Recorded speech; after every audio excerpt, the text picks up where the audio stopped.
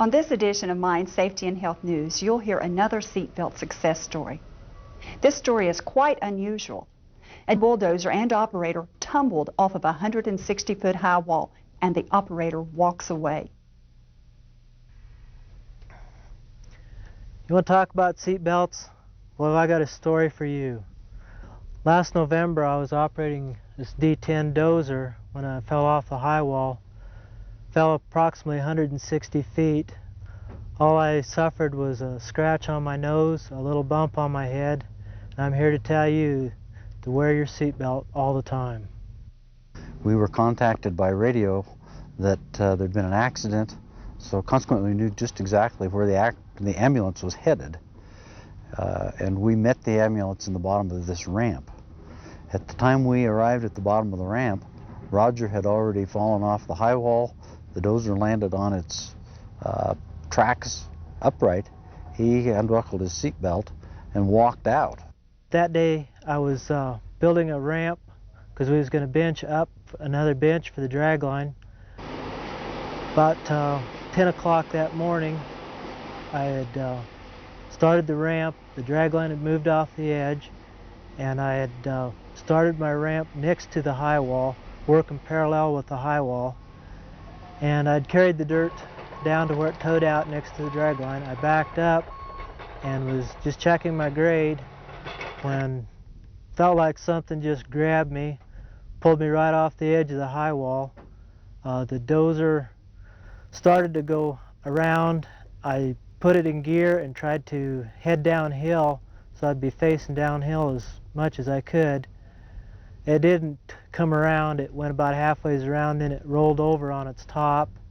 Sat there momentarily. I heard a radio call that a dozer had went over the edge. While I was sitting there, I picked up the radio and answered back, said I was all right. I was just upside down. Sat there for a moment, and then it took off and slid on down the high wall, approximately 160 feet.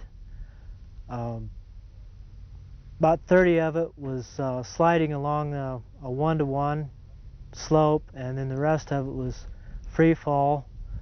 Got close enough to the edge of the wall that, and working parallel with it, that the ground didn't support it. About 8 foot underneath the track, a fairly good-sized rock, I would say probably in the range of maybe 6 foot by 6 foot, jumped out from under him. It put the dozer off balance, and he just physically rolled sideways. I think he rolled about 2.5 times before he hit the bottom of the floor, part of which was a free fall. Well, when they called and told us that the ground tractor went off the high wall, I wasn't expecting to see anybody walk out. And it really surprised me when I seen Roger walking towards us. In short, a drop of that height with that tractor, the stop that took, and then the jar when it rolled those last few 40 feet, it's a miracle that he's alive. You have to give it all to the seat belts and to the roll. When it hit, I thought for sure I was dead. The first thought that come through my mind was, boy, those guys are going to have a tough time digging me out of this mess. That was last I remember. I blacked out for a while, and when I come to, the dozer was sitting right side up. All the glass was broke out. There's dirt, rocks, all kinds of debris all over the inside of the crawler. I had a lump on the side of my head, scratch on my nose. Thanks to seat belts, that's the extent of my injuries. I walked away from it. Since the accident, we've changed our procedures, not only with dozers, track dozers, but with other mobile equipment. And as a result, we don't allow working within 20 feet of the edge of a high wall in a parallel fashion. If it hadn't been for seat belts, I don't think Roger had been alive today. Well, we do have a policy on the mine site that everybody, when they're in company vehicles, must wear seat belts. However, if you don't practice safety at home as well as on the job, it doesn't do you any good. So we were concerned about our employees and whether they were wearing their seat belts to and from work. So one morning, or actually 4 mornings, the managers did a seatbelt check.